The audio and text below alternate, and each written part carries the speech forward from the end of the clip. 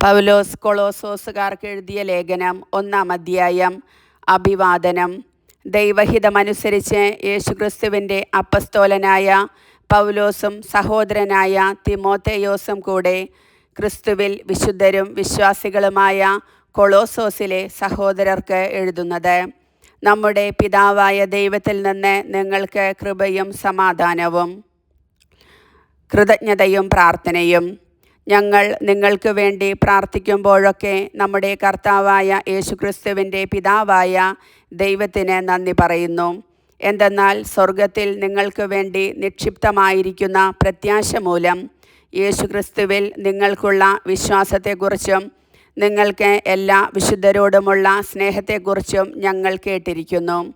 നിങ്ങളോട് അറിയിക്കപ്പെട്ട സുവിശേഷ സത്യത്തിൻ്റെ വചനത്തിൽ നിന്ന് ഈ പ്രത്യാശയെക്കുറിച്ച് മുൻപ് തന്നെ നിങ്ങൾ കേട്ടിട്ടുണ്ട്. നിങ്ങൾ സുവിശേഷം ശ്രവിക്കുകയും സത്യത്തിൽ ദൈവത്തിൻ്റെ കൃപ പൂർണ്ണമായി മനസ്സിലാക്കുകയും ചെയ്ത നാൾ മുതൽ ലോകത്തിൽ എല്ലായിടത്തുമെന്ന പോലെ നിങ്ങളുടെ ഇടയിലും അത് വളരുകയും ഫലം പുറപ്പെടുവിക്കുകയും ചെയ്തുകൊണ്ടിരിക്കുന്നു. ഞങ്ങളുടെ പ്രിയപ്പെട്ട സഹശുശ്രൂഷകൻ എപ്പഫ്രാസിൽ നിന്നാണല്ലോ നിങ്ങൾ ഇത് ഗ്രഹിച്ചത്. നിങ്ങൾക്ക് വേണ്ടിയുള്ള ക്രിസ്തുവിൻ്റെ വിശ്വസ്തനായ ശുശ്രൂഷകനാണ് അവൻ. ആത്മാവിലുള്ള നിങ്ങളുടെ സ്നേഹത്തെക്കുറിച്ച് അവൻ ഞങ്ങളോട് പറഞ്ഞിട്ടുണ്ട്. ക്രിസ്തു സൃഷ്ടിയുടെ മകുടം. തന്മൂലം അതേക്കുറിച്ച് കേട്ട നാൾ മുതൽ നിങ്ങൾക്ക് വേണ്ടി പ്രാർത്ഥിക്കുന്നതിൽ നിന്ന് ഞങ്ങൾ വിരമിച്ചിട്ടില്ല. നിങ്ങൾ പൂർണ്ണമായ ജ്ഞാനവും ആത്മീയ അറിവും വഴി ദൈവഹിതത്തെക്കുറിച്ചുള്ള ഉൾക്കാഴ്ച കൊണ്ട് നിറയാൻ വേണ്ടിയാണ് ഞങ്ങൾ പ്രാർത്ഥിക്കുന്നത്. കർത്താവിന് യോജിച്ചതും അവിടത്തേക്ക് തികച്ചും പ്രീതിജനകവുമായ ജീവിതം നയിക്കാൻ നിങ്ങൾക്ക് ഇടയാകട്ടെ. അതുവഴി നിങ്ങളുടെ എല്ലാ നല്ല പ്രവൃത്തികളും ഫലദായകമാവുകയും ദൈവത്തെക്കുറിച്ചുള്ള ജ്ഞാനത്തിൽ നിങ്ങൾ അഭിവൃദ്ധിപ്പെടുകയും ചെയ്യും. സന്തോഷത്തോടെ എല്ലാം സഹിക്കുന്നതിനും ക്ഷമിക്കുന്നതിനും അവിടുത്തെ മഹത്വത്തിൻ്റെ പ്രഭാവത്തിനനുസൃതമായി സർവശക്തിയിലും നിങ്ങൾ ബലം പ്രാപിക്കട്ടെ. പ്രകാശത്തിൽ വിശുദ്ധരോടൊപ്പം പങ്കുചേരാനുള്ള അവകാശത്തിന് നമ്മെ യോഗ്യരാക്കിയ പിതാവിന് കൃതജ്ഞത അർപ്പിക്കുവേൻ. അന്ധകാരത്തിൻ്റെ ആധിപത്യത്തിൽ നിന്ന് അവിടുന്ന് നമ്മെ വിമോചിപ്പിച്ചു.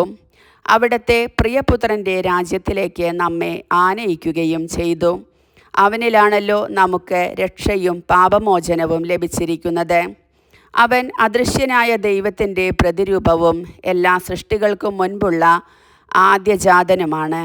കാരണം അവനിൽ സ്വർഗത്തിലും ഭൂമിയിലുമുള്ള ദൃശ്യവും അദൃശ്യവുമായ എല്ലാ വസ്തുക്കളും സൃഷ്ടിക്കപ്പെട്ടു.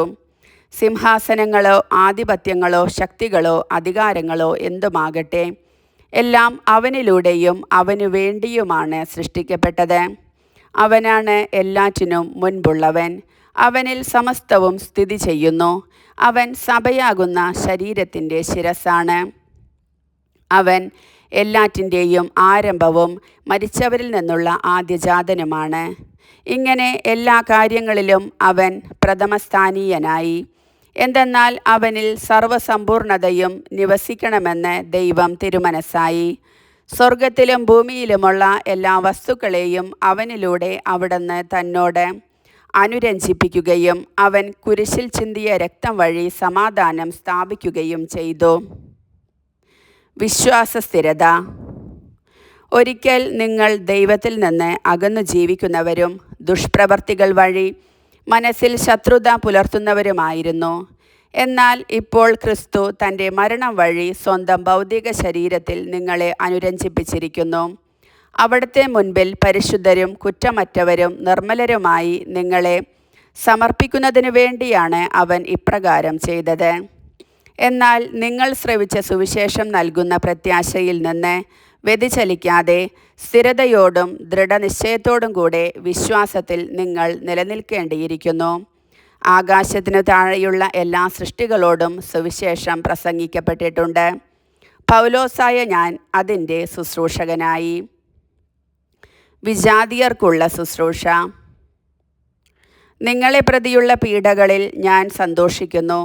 സഭയാകുന്ന തൻ്റെ ശരീരത്തെ പ്രതി ക്രിസ്തുവിനെ സഹിക്കേണ്ടി വന്ന പീഡകളുടെ കുറവ് എൻ്റെ ശരീരത്തിൽ ഞാൻ നികത്തുന്നു. നിങ്ങൾക്കു വേണ്ടി ദൈവം എന്നെ ഭരമേൽപ്പിച്ച ദൗത്യം വഴി ഞാൻ സഭയിലെ ശുശ്രൂഷകനായി. ദൈവവചനം പൂർണ്ണമായി വെളിപ്പെടുത്തുക എന്നതായിരുന്നു ആ ദൗത്യം. യുഗങ്ങളുടെയും തലമുറകളുടെയും ആരംഭം മുതൽ മറച്ചുവയ്ക്കപ്പെട്ടിരുന്ന ഈ രഹസ്യം ഇപ്പോൾ അവിടുന്ന് തൻ്റെ വിശുദ്ധർക്ക് വെളിപ്പെടുത്തിയിരിക്കുന്നു. ഈ രഹസ്യത്തിൻ്റെ മഹത്വം വിജാതീയരുടെ ഇടയിൽ എത്ര ശ്രേഷ്ഠമാണെന്ന് വിശുദ്ധർക്ക് വ്യക്തമാക്കി കൊടുക്കാൻ അവിടുന്ന് തീരുമാനിച്ചു. ഈ രഹസ്യമാകട്ടെ മഹത്വത്തെക്കുറിച്ചുള്ള പ്രത്യാശയായ ക്രിസ്തു നിങ്ങളിലുണ്ട് എന്നതുതന്നെ.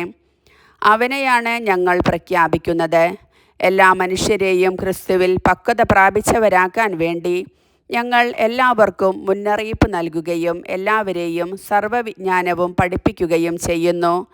ഈ ലക്ഷ്യം പ്രാപിക്കുന്നതിനു വേണ്ടിയത്രേ അവൻ എന്നിൽ ശക്തിയായി ഉണർത്തുന്ന ശക്തി കൊണ്ട് ഞാൻ കഠിനമായി അധ്വാനിക്കുന്നത്. കർത്താവിൻ്റെ വചനം.